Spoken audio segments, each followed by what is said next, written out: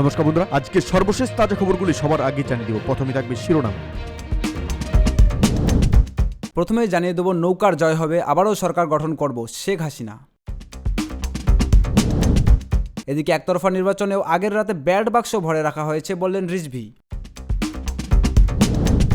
আলোচনা করব, জয়লাভ করলে বেকার যুবকদের কর্মসংস্থানের ব্যবস্থা করা হবে বললেন এইচ.এম. ইব্রাহিম। জানিয়ে দেব, উৎসবমুখর পরিবেশ, দ্বাদশ জাতীয় সংসদ নির্বাচনে ভোট গ্রহণ চলছে। অবশেষে আলোচনা করব, যশোর ভোট কেন্দ্রে ককটেল বিস্ফোরণের আনসার কর্মকর্তা আহত। তো বন্ধুরা, এতক্ষণ শুনছিলেন সংবাদ শিরোনাম, এখন হবে বিস্তারিত।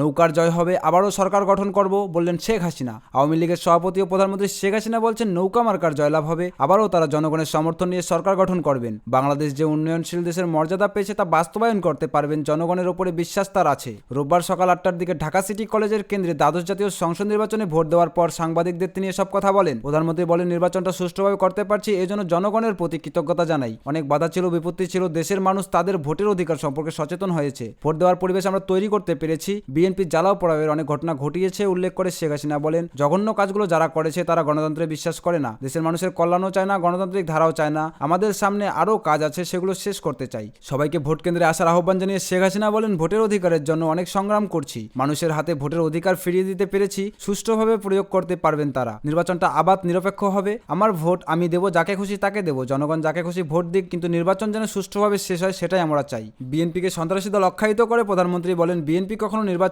বিশ্বাস করেনি, ভোট কারচুপি ও ভোট কেড়ে নেওয়া তাদের চরিত্র, এখন সেটা পারছে না, তাই নির্বাচনে আসেনি। বিএনপি মানুষ পুড়িয়ে মারে, সন্ত্রাসী কার্যক্রম করে, এটাই তাদের রাজনীতি। এই রাজনীতি করতে গিয়ে জনগণ তাদের প্রত্যাখ্যাত করেছে।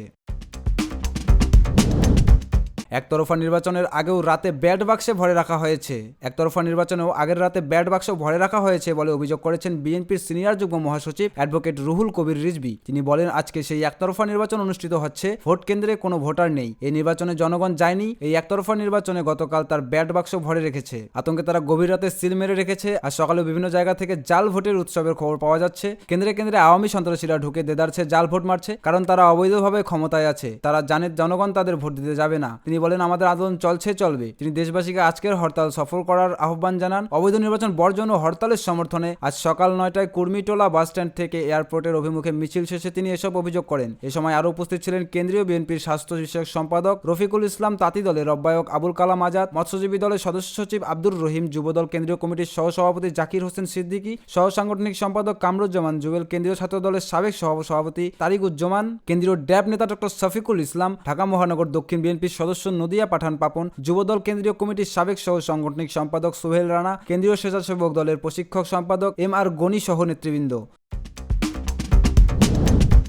জয়লাভ করলে বেকার যুবকদের কর্মসংস্থানের ব্যবস্থা করা হবে বললেন এইচ.এম. ইব্রাহিম। জয়লাভ করলে বেকার যুবকদের কর্মসংস্থানের ব্যবস্থা করা হবে বলে মন্তব্য করেছেন 208 নেয়াখালী 1 আসনে বাংলাদেশের আওয়ামী লীগের নৌকা প্রতীকের প্রার্থী ও বর্তমান সংসদ সদস্য এইচ.এম. ইব্রাহিম। রোববার সকাল 8টার সময় নেয়াখালীর চটখিল উপজেলার শ্রীরায় মহিলা মাদ্রাসার নিজ কেন্দ্রে দ্বাদশ জাতীয় সংসদ নির্বাচনের ভোটদান শেষে সাংবাদিকদের প্রশ্নের জবাবে তিনি এই মন্তব্য করেন। তিনি বলেন, আসলে আমাদের 2 উপজেলার বেশিরভাগ উন্নয়নমূলক কাজ শেষ হয়ে গেছে। গ্রামের কিছু সড়ক, বাড়ির রাস্তা, সোলিং সহ যে অসমাপ্ত কাজগুলো আছে সে কাজগুলো সমাপ্ত করব। আমি যেন বেকার যুবকদের কর্মসংস্থানের ব্যবস্থা করতে পারি সে ব্যাপারে আমি সচেষ্ট হব ইনশাল্লাহ। এই সময় ভোট কেন্দ্রে ভোটারদের উৎসবমুখর পরিবেশ দেখা গেছে। ভোট কেন্দ্রে পরিবেশ শান্তিপূর্ণ রয়েছে বলে জানিয়েছেন কেন্দ্রটির দায়িত্বরত প্রিসাইডিং অফিসার জয়নাল আবেদিন মিলন। নেয়াখালী 1 আসনের চটখিল উপজেলা ও সোনাইমুড়ি উপজেলার 2 পৌরসভা ও 15টি ইউনিয়ন নিয়ে গঠিত। আসনটিতে মোট 129টি ভোট কেন্দ্রের 836টি ভোট কক্ষের রোববার সকাল 8টায় একযোগ ভোট গ্রহণ শুরু হয়েছে। এখানে মোট ভোটার সংখ্যা 3,89,375 জন, যার মধ্যে 1,99,401 জন পুরুষ এবং 1,89,924 জন নারী ভোটার রয়েছেন। উৎসবমুখর পরিবেশ, দ্বাদশ জাতীয় সংসদ নির্বাচনে ভোট গ্রহণ চলছে। শান্তিপূর্ণ উৎসবমুখর পরিবেশে দ্বাদশ জাতীয় সংসদ নির্বাচনে ভোট গ্রহণ শুরু হয়েছে। সকাল 8টা থেকে দেশের 42,000 ভোট কেন্দ্রে একযোগ ভোট গ্রহণ শুরু হয়েছে। বিরতহীনভাবে চলবে বিকেল 4টা পর্যন্ত।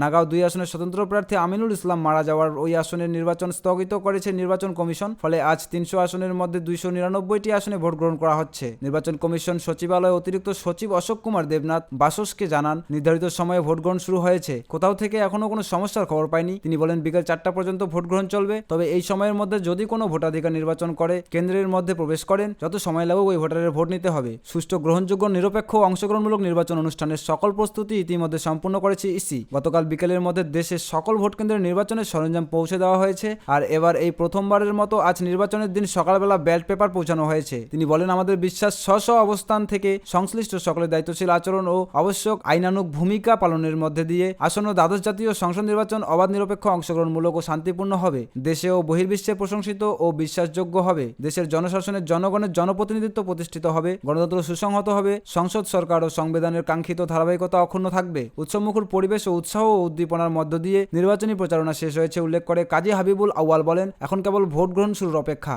অংশগ্রহণকারী সকল প্রার্থী ও ভোটাররা সাধারণ নির্বাচন বিষয়ক বিধিবিধান অনুসরণ করতে হবে। দ্বাদশ জাতীয় সংসদ নির্বাচন অবশ্যই উৎসবমুখর পরিবেশ অনুষ্ঠিত হবে বলে আশা প্রকাশ করেন কাজী হাবিবুল আউয়াল।